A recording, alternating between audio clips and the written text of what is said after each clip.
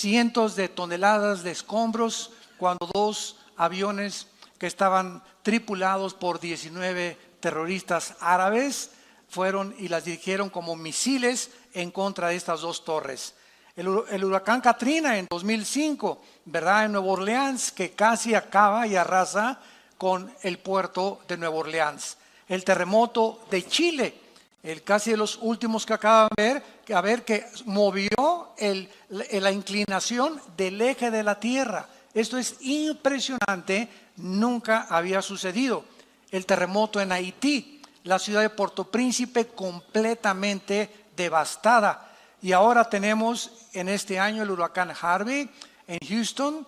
Gracias a Dios que en Dallas no nos llegó. Llegó en toda la costa del Golfo de México, del Atlántico. Houston, la mitad de la ciudad o más de la mitad completamente inundada. Imagínate levantarte en la mañana, que el agua te llegue simplemente al nivel de las rodillas. ¿Qué haces? Con toda la basura que se desparramó por todas las aguas, los botes de basura, las infecciones, hasta los lagartos se metieron, víboras, culebras.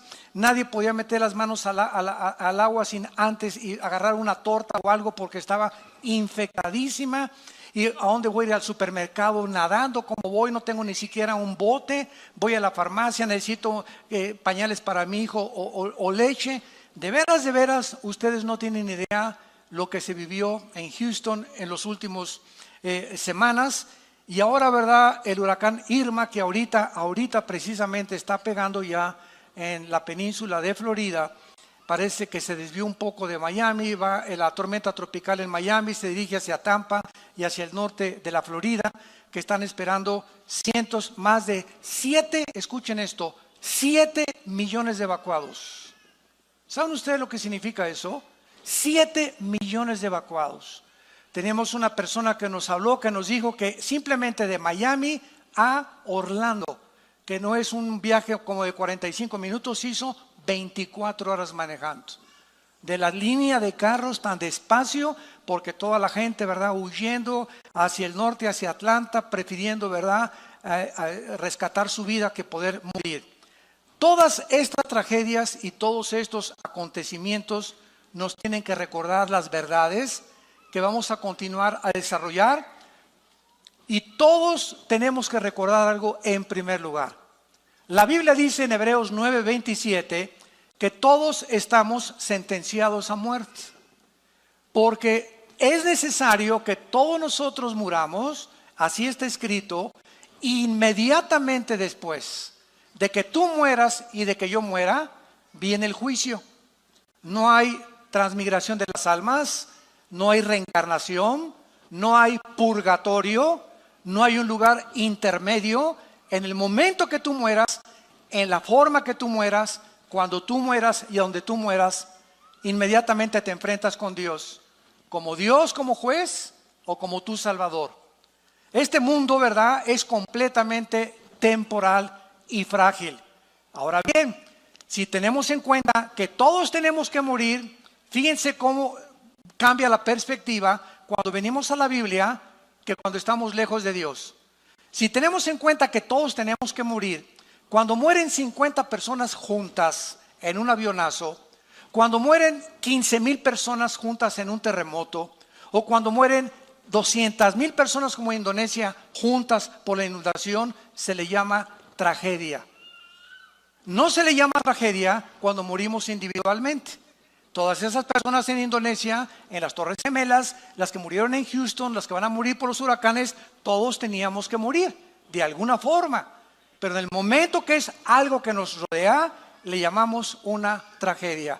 Porque todos quisiéramos morir en una cama, con una enfermera guapa, con aire acondicionado, con un plasma de televisión ahí en tu cama, y que dijeras: adiós mundo cruel, ya nunca te veré.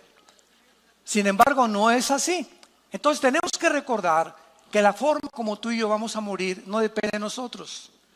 Ya sea un avionazo en la panza de un tiburón, un ladrillazo de un terremoto que te cae en la cabeza, un accidente de tránsito, una bala perdida, un asesinato, cáncer, enfermedades. Todos tenemos algún día que morir.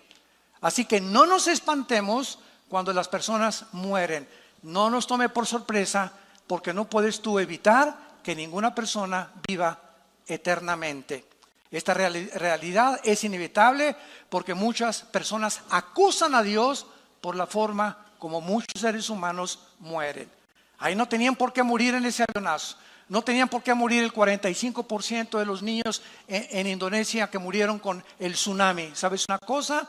Cuando yo me puse a investigar acerca de las costumbres en Indonesia, y de esos 45% de niños que murieron menores de 12 años de edad, la muerte, escúchame, la muerte de esos niños fue un acto de misericordia de Dios. Si esos niños hubieran quedado vivos, hubieran sido educados en la brujería, en la prostitución, en el tráfico humano y en todas las desgracias que en esa zona del Asia se siguen practicando. Así que Dios en su misericordia se llevó a todos esos niños porque la Biblia enseña que de ellos es el reino de Dios.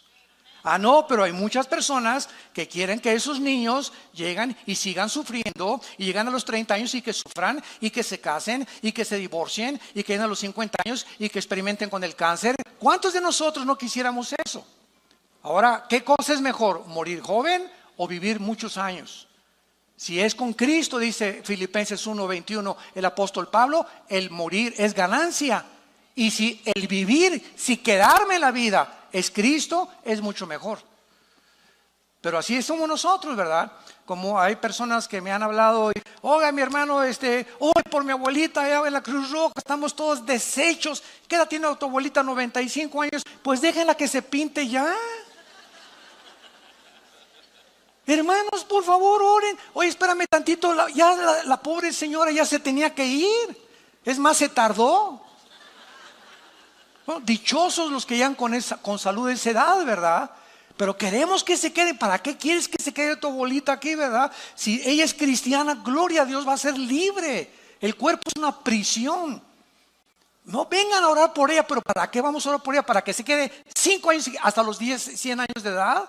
Que ya no pueda ni caminar la pobrecita, que ya no pueda ni ver la pobrecita. ¿Para eso quieres que se quede tu abuelita? Simplemente porque la quieres tener como tú.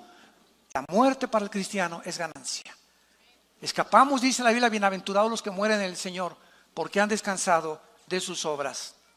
Entonces vamos a ver claramente por qué ocurren estas tragedias.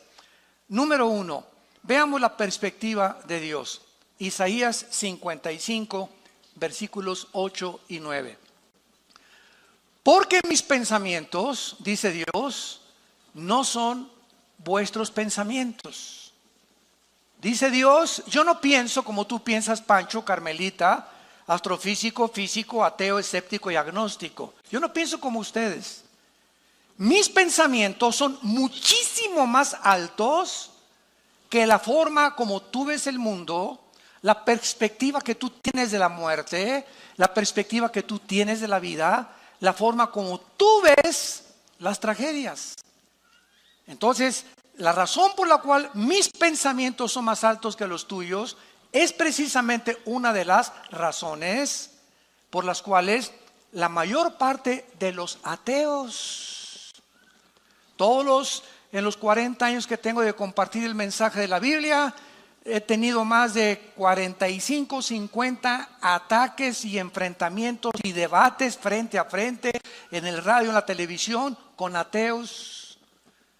Y durante el siglo XX, me acuerdo en los 90s, 80s, que fue la cúspide del siglo XX del ateísmo, el 90% de los ateos que hemos debatido durante toda nuestra vida, el 90% de los ateos son personas amargadas contra Dios. Que algo les pasó en su vida, que se enojaron contra Dios porque no pudieron encontrar una respuesta, y como Dios no les contestó porque no sanó a mi hermano, y cuando yo era joven dizque era cristiano, iba a la iglesia y le oré por mi mamacita y mi mamacita se murió, pues ahora ya no creo en Dios. Qué terrible que el hecho de no entender a una deidad y la forma como Él opera en el mundo llegue a los seres humanos a la conclusión de decir, pues es que yo puedo ser más sabio que tú, Dios, y yo si fuera tú, yo no haría lo que estás haciendo, ni permitiría las cosas que estás haciendo. pero papá, tú no eres Dios, ni yo soy Dios tampoco. Entonces, siguiendo una lógica elemental y asumiendo que Dios es un Dios todopoderoso y que si existe forzosamente, imagínate nada más, somos chapulines comparados con Él. Como si un niño le preguntara a Alberto Einstein: oye Alberto, explícame la fórmula de la teoría de la relatividad, E igual a mc al cuadrado. La energía igual a la masa por la velocidad de la luz al cuadrado. ¿Qué le diría Alberto Einstein al niño chamaco con cabeza de ostión? Tienes 3 años, 4 años, aunque te la explique no lo vas a entender, porque tienes que pasar aritmética, cuadrados, resta, multiplicación, logaritmos, cálculo integral, álgebra, matemáticas cuánticas. Y entonces cuando evolucione tu mente, no es de que tengas una mente, la mía, la diferencia entre mi mente y tu mente, chamaquito, es que yo estoy más desarrollado que tú. Necesitas más años para comprender. Pues así son las cosas espirituales también. Con la mente de chapulín que tenemos, queremos entender a una deidad superior a nosotros y pedirle cuentas. Y la Biblia le llama soberbia, soberbia intelectual. Cuando miramos la vida desde la perspectiva de la eternidad, lo que a nosotros nos puede parecer, síganme con mucho cuidado, lo que a nosotros nos puede parecer como tragedias, muchas cosas realmente a los ojos de Dios no lo son. Veamos un ejemplo, el más grande de toda la historia humana: la muerte de Jesucristo. Cristo, cuando estaba colgado y con sus manos abiertas en la cruz, ahí abajo de la cruz había 2 grupos de personas principalmente. Un grupo se llamaban los religiosos. Otro grupo, los griegos, los intelectuales de esa época. Ante los ojos de los religiosos, el hecho que ese hombre colgara en la cruz era una maldición. Porque en el libro de la Torá, en el libro de Deuteronomio, en el Antiguo Testamento, está escrito, maldito el que muere colgado en un madero. Entonces los fariseos chocaron y vieron que eso decía la ley y la experiencia decía otra cosa. No, es que a los ojos de la ley tú eres maldito, tú no puedes ser nuestro Mesías. Era una locura para ellos ni siquiera considerar que la muerte de Cristo era para la salvación de los seres humanos. Y los griegos, por el otro lado, al ver a Cristo colgado en la cruz, de acuerdo a la filosofía griega que dominó 150 años en el siglo de oro antes de Jesucristo, los dioses de Neptuno y los dioses de Zeus y los dioses, los titanes de los griegos, era imposible que en toda la mitología griega pudiera existir ninguna historia en la que un padre o un dios tratara de matar a su hijo o no rescatar a su hijo cuando estuviera sufriendo de manos de los humanos. Entonces Dios, en su infinita sabiduría, nos dice en la primera carta a los Corintios, y este pasaje fue uno de los pasajes que me ayudaron a mí a convertir mi alma a Cristo antes de que yo mismo era ateo. Fui ateo antes de ser cristiano.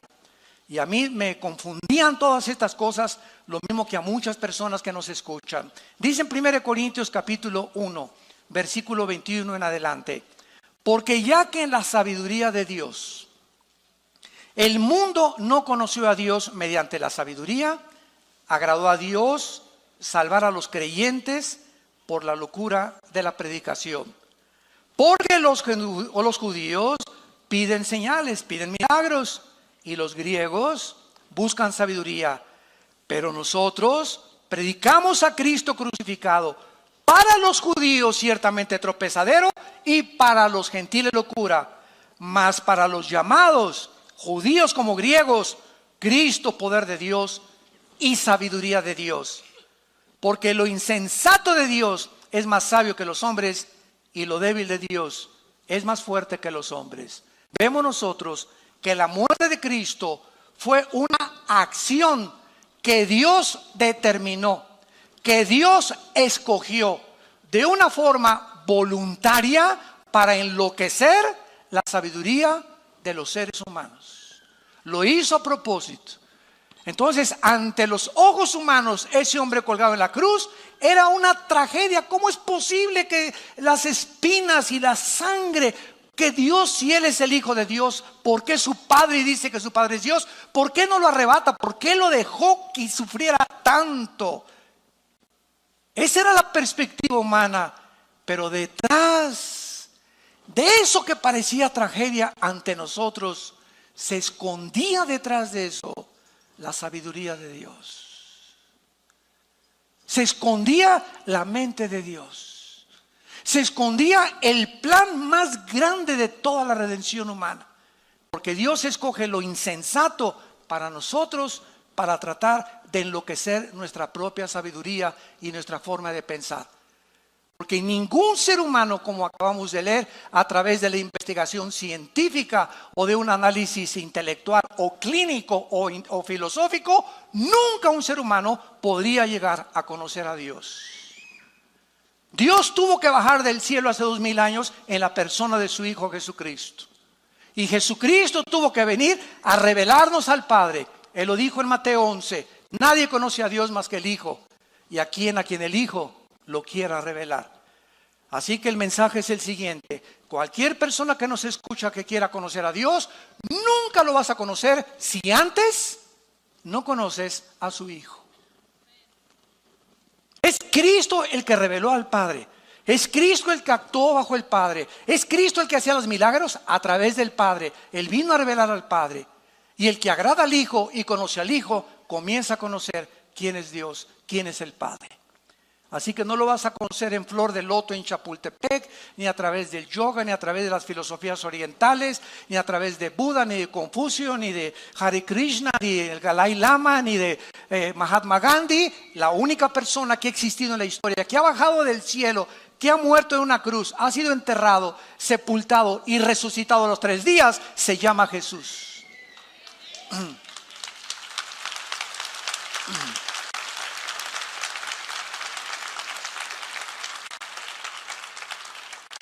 Ahora bien, las catástrofes tienen que ocurrir antes que venga Cristo. La Biblia profetizó, habrá pestes, hambres, terremotos, sediciones en diferentes lugares. Dice en Lucas 21, las gentes desfalleciendo por el temor, por el bramido de las olas. Así fue escrito hace 2000 años. Y en respuesta a muchas preguntas que han surgido en relación a los huracanes, ustedes no se imaginan cómo hemos sido bombardeados. En las últimas 2 semanas, con llamadas a la casa de ustedes, me han despertado a la 1 de la mañana. Ay, mi abuelita tiene miedo que el huracán la agarre. ¿Y qué quiere que haga, señora? ¿Verdad? Ay, pues que ore por ella. Imagínense nada más. Que ore por ella a cientos de kilómetros de distancia. Y mi tío, que es ateo, dice que ahora sí que por favor le explique a usted cómo es posible que Dios existe y permitiendo tantas devastaciones y tantas cosas. Unos son ataques, otros oraciones, otros inconsistencias, etcétera, etcétera. Pero es increíble cómo se encuentra ahorita la humanidad confundida, preguntando, gritando, ¿qué está pasando con el mundo? ¿Qué es lo que va a suceder? Viene la Tercera Guerra Mundial, el gordito loco de Corea del Norte a punto ya de mandar bombas a Guam, a Corea del Sur, a Israel, a Estados Unidos, etcétera, etcétera. Estamos en un punto de la historia tan conflictivo, tan confundido, que es la hora de la iglesia. Este es el momento en el que más podemos nosotros darle al mundo la luz que están buscando. Filósofos, sistemas de gobierno, ideologías, comunismo, democracia, monarquías, ateísmo, agnosticismo, de todo tipo de filosofías de gobierno, de pensamiento, religiones, de economías, gobernantes, todos viven confundidos en este momento. Ya no saben qué sistema es mejor de gobierno, qué ideología es la mejor, cuál es la mejor religión, cuál es el mejor Dios. Ahora ya viene la corriente famosa que la Biblia profetizó, donde se va a levantar un líder religioso en el mundo que se llama el ecumenismo, tratando de unir. Vamos a unirnos, vengan para acá los budistas, vengan para acá los del Islam. Todos estamos adorando a un Dios con diferentes nombres. Un momentito, por favor, Jesús, María y José y el burrito que los acompaña. ¿Cómo que son diferentes nombres con el mismo Dios? De ninguna manera. A eso vino Jesús al mundo como un hombre radical a decirnos: nadie va al Padre si no es por mí. Ese radicalismo de Jesús Yo soy el camino, no hay ningún otro camino. Yo soy la verdad, no hay ninguna otra verdad. Y yo soy la vida. Eso es lo que hace que el mundo le acuse y nos acuse a nosotros de intolerantes. Siempre que he tenido yo debates con rabinos, con budistas, con musulmanes, es que usted es intolerante. Usted nada más Jesús. Así es porque Él lo dijo. Yo soy la resurrección y la vida. Yo soy el pastor y doy mi vida por las ovejas. Ni tu Buda, ni Mahoma, ni Mahatma Gandhi, ni el Dalai Lama, ni Hare Krishna, ni nadie ha dado su vida y ha dicho, voy a morir a los 3 días y voy a resucitar. Entonces nos enfrentamos en un tiempo en el mundo en el que tenemos ya para poder tener respuestas. Todos tenemos que morir, ya lo vimos, y la pregunta no es si vas a morir, porque ese es un hecho, esa es una verdad. La pregunta es, ¿estás tú preparado para el día que Dios te llame a encontrarte con Él como juez o como salvador? Yo te pregunto en esta mañana y a los que nos escuchan, no importa que sea tsunami, que sea un accidente de tránsito, todos tenemos que morir. La pregunta es, ¿estás preparado para morir? ¿Estás listo para ese momento en el que sale el alma y el espíritu del cuerpo? Nuestro cuerpo queda aplastado bajo un terremoto, en la panza de un tiburón, muerto, te entierran, te creman. No importa lo que hagan a nuestro cuerpo. Este cuerpo corruptible que está sujeto a un deterioro celular por la misma ley de la segunda ley de la termodinámica, la ley de la entropía, que todo tiene que oxidarse y desgastarse, nuestro cuerpo se lo van a comer los gusanos. Polvo somos y al polvo regresamos. Pero ¿qué de tu espíritu? ¿Qué de tu alma? ¿Qué de esa parte invisible, espiritual, que la Biblia nos muestra que somos internamente? ¿Y qué es lo que tiene valor verdaderamente? ¿Qué vas a hacer del día de tu muerte? ¿Tú crees que Dios te dé la oportunidad de arrepentirte como te le está dando ahorita? Número 2. Las tragedias nos enseñan también a valorizar la vida. ¿Saben ustedes qué palabras expresaron las personas que fueron evacuadas ahora? Mi esposa y yo lo veíamos continuamente en la televisión, en el huracán Harvey en Houston, Texas. Nadie estaba lamentando, mi televisión se quedó allá, mis palos de golf, mi caja con mis joyas. Todos los que iban en los botes y cuando venían los helicópteros a rescatarlos, lo único que ellos estaban realmente lamentando eran si había familiares que se hubieran ahogado. Pero en cuanto veían a un hijo, o ahí está mi papá, o ahí está mi mamá, no les importaba nada de lo que había sido destruido, ni cómo van a enfrentar el futuro. Mamita, me importa que tú estés vivo, hijos, estamos vivos, somos una familia, vamos a seguir adelante. Ellos comenzaron a valorizar que verdaderamente lo único que tiene valor es la familia. Las caras de alegría, ahí está mi mamá y salvaron a mi hijo. Y hasta por el perro estaban contentos que lo habían salvado. Ninguno de ellos comenzó a decir, ¿por qué no sacaron mis palos de golf? ¿Por qué no me sacaron las refacciones que tenía en mi garage? Nadie lamentaba su televisión, su carro o sus bienes materiales. Se lamentaban por la gente perdida, ahogada, y se alegraban por sus familiares salvados. Jesús dijo en Lucas 12:15, la vida del hombre no consiste en los bienes materiales que posee. No importa lo rico que hayas alcanzado en esta vida, ni los millones que hayas logrado. ¿Sabes una cosa? Todo eso se va a deshacer como la polilla. Y quiero decirte algo, Dios ha ido advirtiendo lo siguiente, Dios no está en contra de los ricos. 1 Timoteo capítulo 6:17, no les dice que vendan todo, les dice que no es el dinero el pecado, sino el amor a lo que tienen, que no guarden de más. Entonces, recordamos 2008, la bolsa de valores cae 777 puntos. 62 billonarios, no millonarios, billonarios se suicidaron.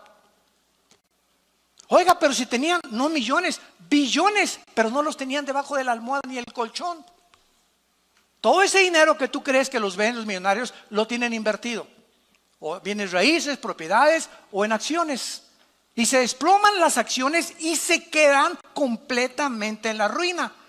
Y como todo su corazón y toda su motivación era el dinero, mientras tuvieran ese dinero, dormían a gusto, desaparece donde tenían puesto su corazón en una fábrica de ídolos, y cuando el ídolo se derrumba, ellos ya no quieren seguir viviendo. Qué tristeza. Dios deshace como polilla, dicen los salmos, lo más apreciado del hombre. Todas esas personas en Houston, ¿cuándo se imaginaron que de la noche a la mañana, se iban a quedar con los chones con que salieron de su casa?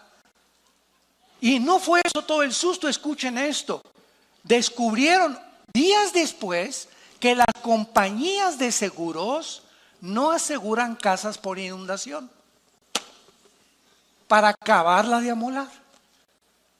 La compañía de seguros no hay pólizas, y si tú la quieres comprar te cuesta muchísimo más. Está garantizado contra incendios, un árbol que le caga el techo, una explosión de gas dentro de la casa, pero no por inundación. Así que miles de personas ahora en Houston y en Miami se van a quedar sin casa y van a comenzar de ceros su propia vida. Perdieron sus pasaportes, perdieron sus identificaciones, su seguro social, perdieron todo absolutamente de la noche a la mañana. ¿Estás tú preparado para alguna tragedia de estas? Enfrentarla con la paz que sobrepasa todo entendimiento y decirle: el Señor Dios dio, el Señor Dios quitó, sea bendito el nombre de Jehová. Como lo hizo un hombre en la Biblia llamado Job, cuando de la noche a la mañana perdió sus propiedades, su ganado, sus hijos, y para acabarle de amolar le dejó la esposa. Y lo digo de amolar, ¿verdad? No porque sea malo estar casado, simplemente porque la esposa comenzó a maldecir a Dios y comenzó a maldecirlo a Job también. O sea, le dejó la última espina todavía a Job.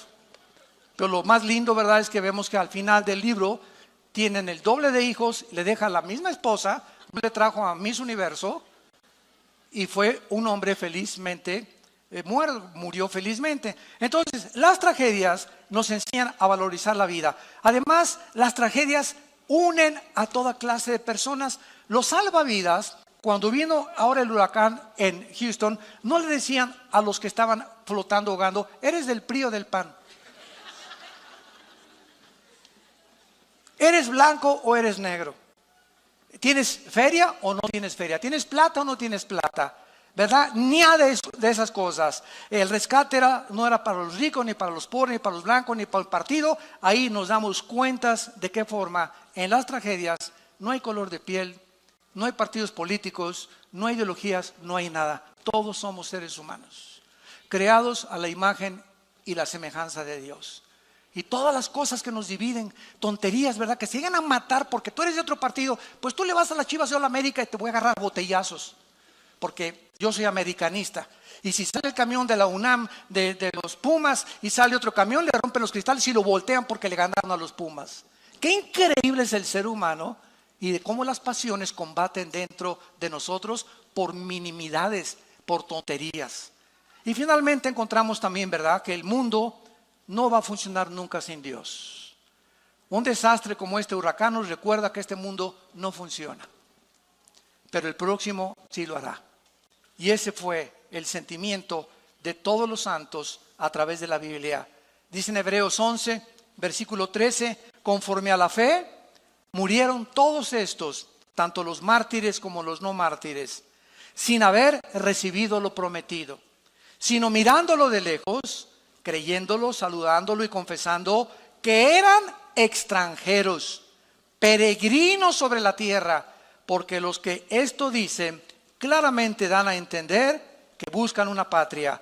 Pues si hubieran estado pensando en aquella de donde salieron, ciertamente tenían tiempo de volver, pero anhelaban una mejor, esto es, celestial. Por lo cual Dios no se avergüenza de llamarse Dios de ellos, porque les ha preparado una ciudad.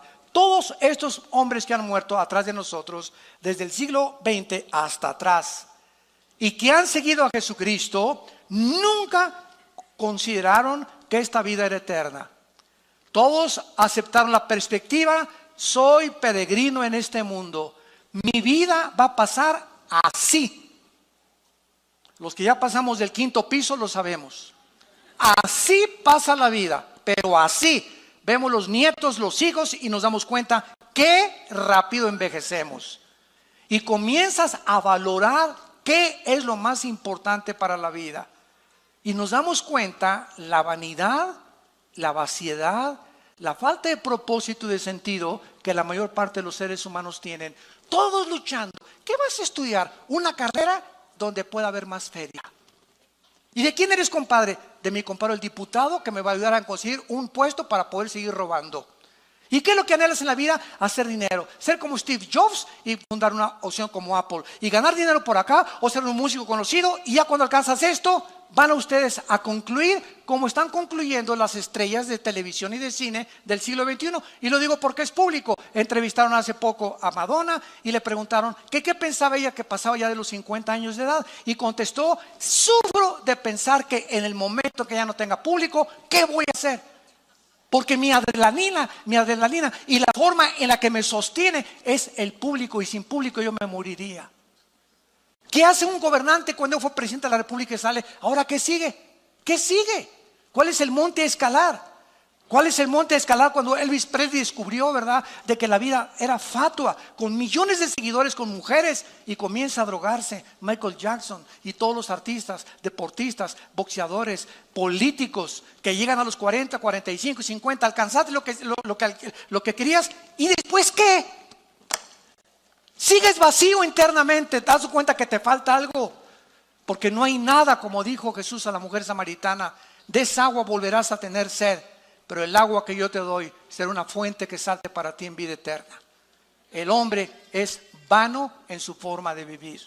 Siempre el dinero y el show y por aquí y el fashion y esto y el otro. Y siempre estamos pensando en nuestras cabezas tan llenas, y de repente, sin que te des cuenta, ¡pum!, llega la muerte. Y todos tus planes, todos tus pensamientos, todas tus ambiciones, como el vapor, ¡brum!, se desvanecen y estás delante del trono de Dios. ¿Qué hiciste con tu vida, hijo? Carlitos, Pancho, Carmelita, Lupita, ¿qué hiciste con tu vida? Pues nada. Y esta es la forma en la que la Biblia nos advierte que algún día tenemos que entregar cuentas a Dios. Ahora, muy bien, veamos ahora clásicamente la muerte de los niños. La Biblia nos enseña que todos los menores de edad, cuando mueren por no ser responsables de sus acciones, ellos están cubiertos por la sangre de Jesucristo. Síganme con mucho cuidado. La inocencia de Adán no se compara con la inocencia de un niño después del nacimiento de la raza humana. La inocencia de Adán era una inocencia sin culpa legal. En otras palabras, Adán no fue creado y traía en su pasado culpa que expiar. Nació sin absolutamente nada en la que Dios no le podía decir: pues tengo que pagar por ti, y etcétera, porque él no había pecado. Pero de Adán a nuestros días, todos los niños que nacen inocentes, pero con una culpa de por medio, porque todos nacimos en pecado. En pecado nos engendró nuestra madre, Salmo 51. Hemos todos nacidos alejados y destituidos de la gloria de Dios. Pero esa culpa con la que nacieron los niños, la Iglesia romana le llama el pecado original. Y cuando los bautizan, ellos enseñan, cosa que no está en la Biblia, que se les borra el pecado original. No importa cómo se porten después, hayan sido borrachos, paranderos y jugadores, ellos ya desde niños ya no tienen el pecado original por el bautismo, ¿verdad? Esto es una barbaridad a la luz de la Biblia. Entonces, ese pecado original, que es el con el cual nacimos, al adquirir conciencia, los niños, 7, 8 años de edad, comienzan a adquirir responsabilidad de los padres para que les den el plan de la salvación, y a esa edad rescatarlos de esa culpa para que no crezcan en su adolescencia con ella, que crezcan con Cristo a los 7, 8, 9 años de edad, tal vez ya hasta muchos antes, y poder comenzar a encaminarlos en caminos que conducen a la justicia, la santidad y la verdad de Dios. Qué grande responsabilidad ser padre de familia, qué enorme responsabilidad. Ahora, la muerte para el cristiano, ¿verdad?, es muy diferente. No importa cómo muramos, no importa las tragedias que atravesemos, la Biblia nos llena de esperanza. Por ejemplo, el Salmo 116, apúntalo, porque te puede servir para las personas que mueren y leérselo. Dice el Salmo 116, versículo 15: estimada es a los ojos de Jehová la muerte de sus santos. Cuando un cristiano muere, Dios y los ángeles dicen: alabío, alabao, alabim bomba, ya viene, ra, ra, ra. Y aquí, ay, ¿para qué te lo llevaste? Porque el instinto de sobrevivencia nos hace actuar de esa manera. Nosotros queremos que todos, ¿verdad?, nuestros seres queridos se queden hasta los 80, hasta los 100, hasta que con nosotros. Porque esa es la tendencia del ser humano. Porque no sabemos qué hay después de la muerte.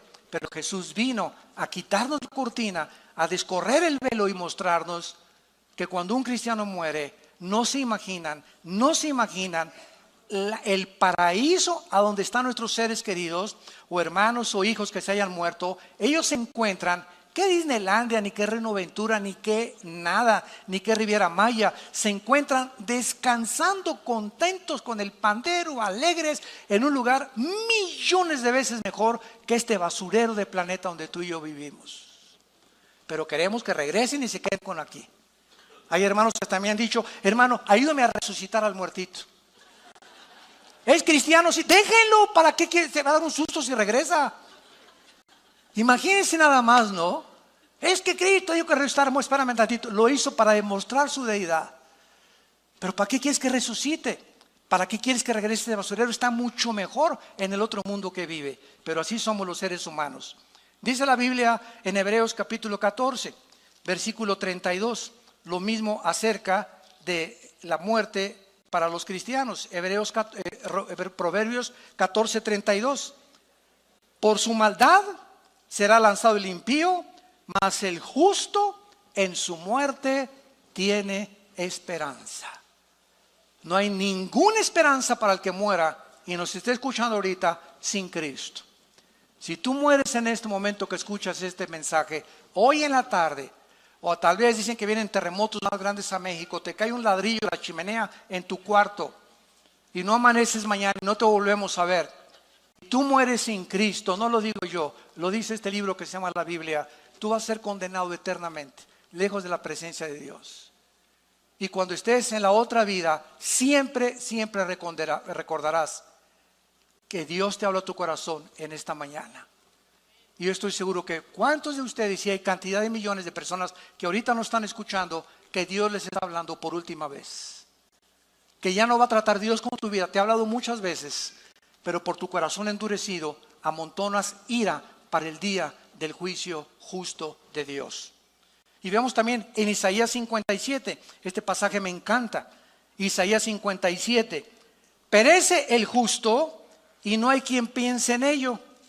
Los piadosos mueren y no hay quien entienda que delante de ellos la aflicción ha sido quitada.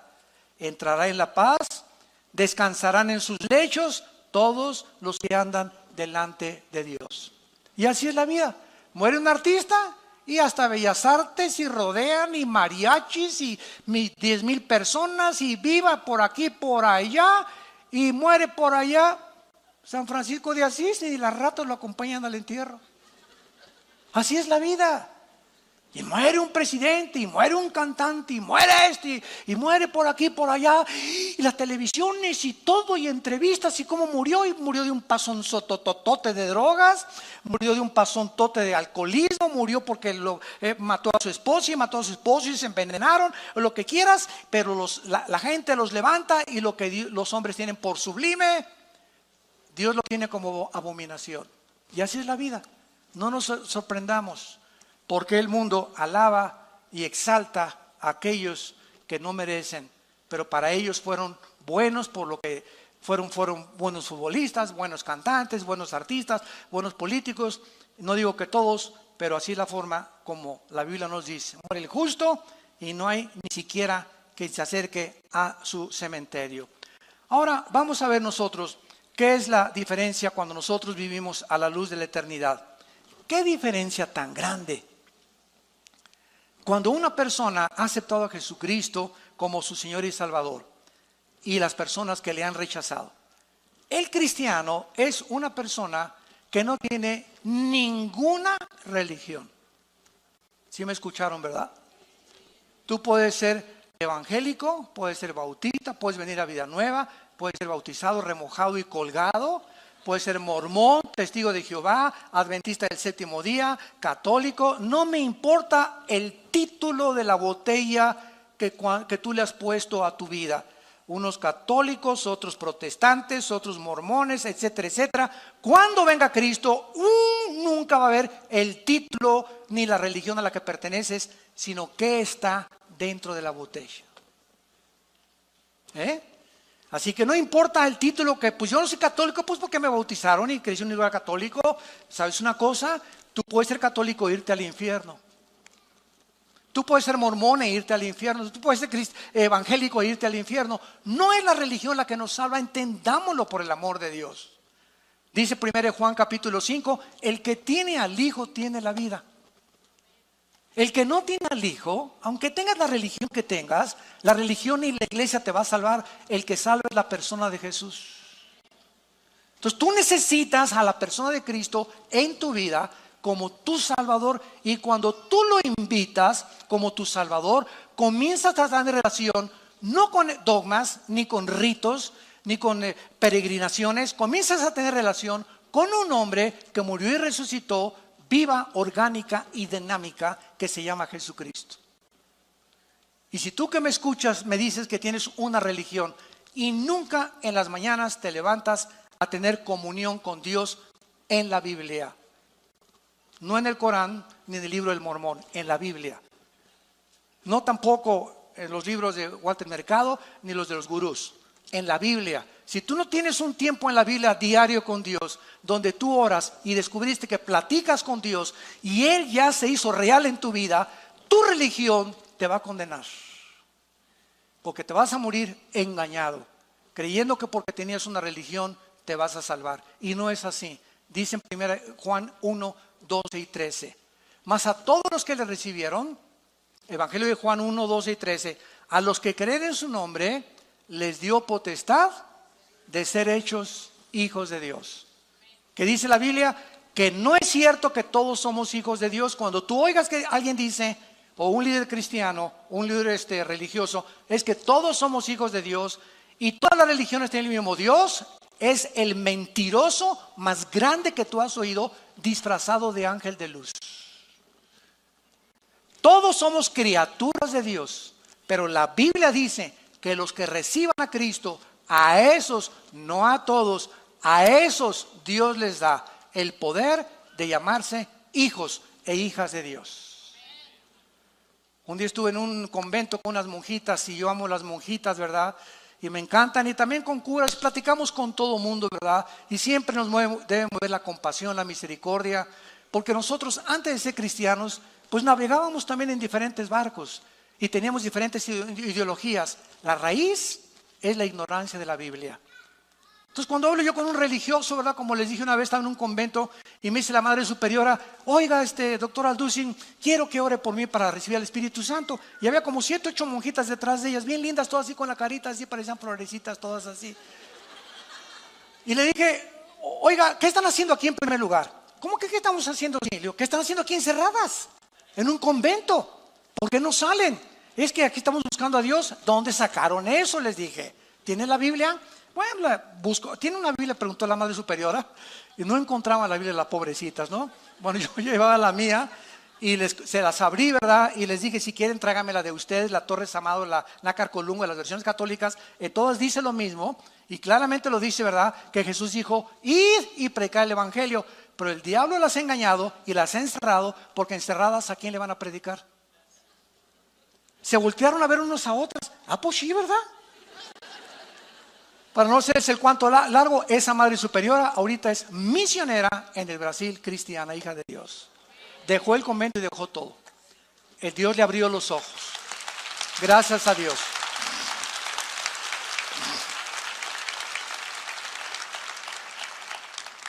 Jesús profetizó a sus discípulos que vendrían estos tiempos, aumentaría en el mundo las guerras, el hambre, el odio, la falta de amor, la deshumanización y la falta de afecto natural. Y el síntoma, damas y caballeros, para terminar, más grande de descomposición social, No nos asustemos de los tsunamis, terremotos que van a venir y van a azotar el mundo. Y muy pronto ya soy en los cascos del Apocalipsis, en el cielo, que viene Jesús pronto por nosotros. La iglesia va a salir antes de que todos los juicios del Apocalipsis caigan sobre el mundo. Es una promesa de Cristo. Asustémonos de la descomposición social de los matrimonios. El matrimonio es la institución más santa y más sagrada que Dios estableció. El matrimonio es el fundamento de todas las sociedades y la familia. Y de acuerdo a este libro, la familia es un papá, un varón, una mujer con hijos. Esa es la familia para Dios. No es un hombre con un hombre y una mujer con una mujer. Eso ya es la descomposición más terrible, más degradante, más inmoral a la que la sociedad humana ha llegado. Como un síntoma de que la sociedad ha llegado a los juicios de Dios. No echemos la culpa a Dios. ¿Por qué muere tanta gente? ¿Y por qué estos terremotos? Veamos el comportamiento y el pecado tan descarado, donde el ser humano está aceptando esto como algo normal. Y no es normal, es pecado. Un matrimonio es entre un hombre y una mujer, un perro y una perra, un gato con una gata, un león con una leona, un caballo con una yegua. No es un caballo con un caballo ni un perro con un perro. Dejemos la Biblia, la naturaleza misma nos enseña la multiplicación de las especies. Por eso hay el género femenino y el género masculino. Eso no fue una obra de la evolución. No es una coincidencia que yo haya nacido con órganos reproductores masculinos y mi esposa femeninos. ¿Para qué? Para unirnos los dos. Un niño necesita una mamá, un niño necesita un papá. No necesita dos mamás y dos papás. Un niño que crezca sin un papá pierde la imagen masculina. Y de acuerdo a estas estadísticas, casi el 60% del homosexualismo es de personas que nacieron en matriarcados. Donde en el lugar es la mamá la que manda y el papá está borrado completamente. Y el hijo se identifica con la mamá porque el niño necesita la identidad de un padre. El niño necesita la identidad de una madre. Pero hemos llegado a este grado en el mundo de la sociedad y por eso los juicios de Dios están como nunca van a venir. Porque nos estamos descomponiendo, entendámoslo, nos estamos descomponiendo. Estamos pensando que la economía y esto y que es la moral a lo que Dios le da importancia en la Biblia. Tú tienes en esta tarde la oportunidad de arrepentirte de tu vida, de ayudar que te cambie el Espíritu Santo. Cristo vino para transformar nuestras vidas, para darnos paz, para darnos dirección, para abrir nuestro entendimiento y entender por qué nací, cuál es mi propósito en el peregrinaje. Vamos de pasada por este mundo. Nos está esperando un mundo muchísimo mejor. Vengamos a la cruz en esta tarde. Ven a la cruz y tus pecados, si fueren negros como el carbón, como la blanca lana, vendrán a ser. Porque Dios muestra su amor para con nosotros, en que siendo un pecadores, Cristo murió por nosotros. En otras palabras, el mensaje de la Biblia no es: mira, deja la borrachera, deja tu amante, deja tu homosexualismo para que Dios te acepte. Ese no es el mensaje de la Biblia, ese es el mensaje de las religiones. Esa es la gracia, es lo que hace diferente el mensaje de este libro a las demás religiones. El mensaje de la Biblia dice: ven cómo estás. Eres homosexual, ven a la cruz. Cristo murió por ti, por los pecadores, no vino por los buenos. Eres borracho, parrandero y jugador, eres un adúltero, eres adicto a la pornografía. Ven a la cruz, así como estás. Y si tus pecados fueron negros, mataste a 30 personas, abortaste a 50 niños, ven así como estás, con esa culpa que te está destrozando, y la sangre de Cristo nos limpia de toda maldad. Es el mensaje de la cruz. Vengan como están. Ven cómo estás. No digas: es que yo quiero primero cambiar. Es que nunca lo vas a hacer. Si así fuera, si hubiera alguna fuerza en nosotros que nos pudiera proporcionar la paz y que pudiéramos cambiar, no hubiera muerto Cristo en la cruz. Pero Él murió precisamente por nuestra debilidad, por nuestra incapacidad de vivir para Dios. Ese es el mensaje de la cruz. Si no fuera así, entonces la muerte de Cristo fue un desperdicio. Tenemos que entender este mensaje y compartir este mensaje. Dios nos acepta así como estamos. Yo cuando vine a Cristo era un pobre en el suelo, sin destino, ateo, borracho, experimentando con algunas drogas, con un odio tremendo contra el mundo entero, retando al cristiano, retando a todo mundo, contra toda autoridad, ¿verdad? Me decepcioné del comunismo, me decepcioné de los gurús, etcétera, etcétera, de los Hare Krishna. Ya no sabía qué hacer con mi vida, intenté quitarme la vida 2 veces. Y en ese sentido, mi hermano Alejandro, que lo conocen ustedes, que es pastor de esta iglesia, fue el que me abrió la Biblia y me dijo: ven a Cristo, no te invito a una religión, ven a Cristo, dale la oportunidad. Le has dado oportunidad a Buda, metiste a Buda tú, metiste el programa de Buda, metiste el programa del Maharashi, metiste a Walter Mercado, metiste a los brujos, metiste a los astrólogos, metiste a Bertrand Russell, a Nietzsche. Ábrele la puerta ahora al programa, al software de Dios. Es gratis, me dijo, dale la oportunidad. ¿Por qué no le das la oportunidad? Lo vi muy lógico, muy convincente. Caí de rodillas y le dije: a Jesús, si tú eres el Hijo de Dios, aquí estoy. Yo no te prometo, yo no puedo cambiar nada en mi vida. Vengo a abrazar tu cruz para que tengas misericordia de mi pecador.